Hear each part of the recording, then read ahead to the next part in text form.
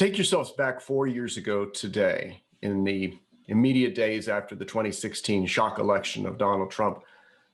And you'll recall that the mainstream media and Democrats and maybe even quite a few Republicans were completely upset over the idea that foreign governments could use social media to spread misinformation or interfere in our elections, or that even domestic groups could use disinformation to stir up certain classes of voters or even suppress other classes of voters. So that drumbeat lasted for 4 years in anticipation of the 2020 election. And the social media companies, Facebook, Twitter, and YouTube, were on notice that they needed to put a lid on Russian disinformation, foreign interference in the election. So now 4 years later, you hear nothing at all about any foreign interference in our elections.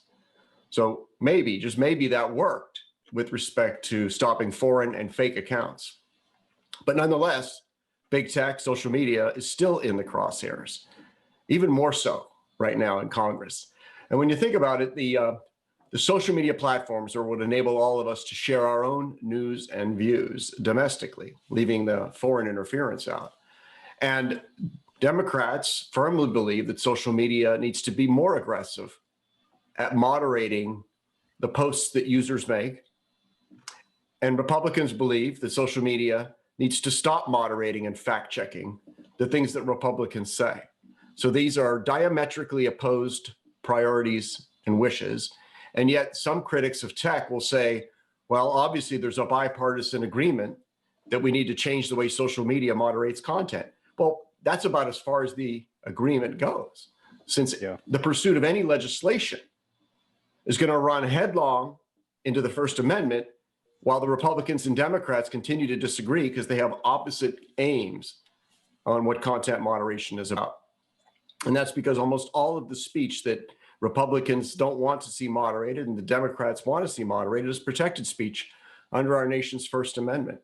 And in that regard, there isn't much Congress can do. So this notion of self-regulation, Evan, is a recognition of the reality. And the reality is the First Amendment doesn't let our government step in and stop hate speech. Hate speech isn't against the law. It's protected by the First Amendment. Disinformation is protected by the First Amendment. So we want these social media companies to do a more aggressive job, if you're a Democrat, more aggressive job of policing and flagging. The Republicans want to see less of it, and those two forces will tend to cancel. What are we likely to see? I would suggest we'd likely to see a greater amount of transparency required, as well as maybe some accountability for honoring their promises with respect to their community standards and content moderation guidelines. I think that would end up feeling like something was done while recognizing that the completely different motives here are not going to clash. So would Congress instead step in and simply repeal Section 230? Section 230 being the law that gives some limited liability protections to companies for the things that users post and say on their platforms. It also gives those same social media companies some protection from lawsuits for what they take down. So could the New York Post sue Twitter and Facebook for not allowing users to share widely the Hunter Biden laptop email scandal? Section 230 today protects Facebook and Twitter from lawsuits over those good faith decisions they made. But with Section 230 gone, the trial bar will have a heyday as social media gets sued for things that you and I say, and social media gets sued for taking down things that they believe are objectionable to their audience and objectionable to their advertisers. So I think that big tech has a lot of money.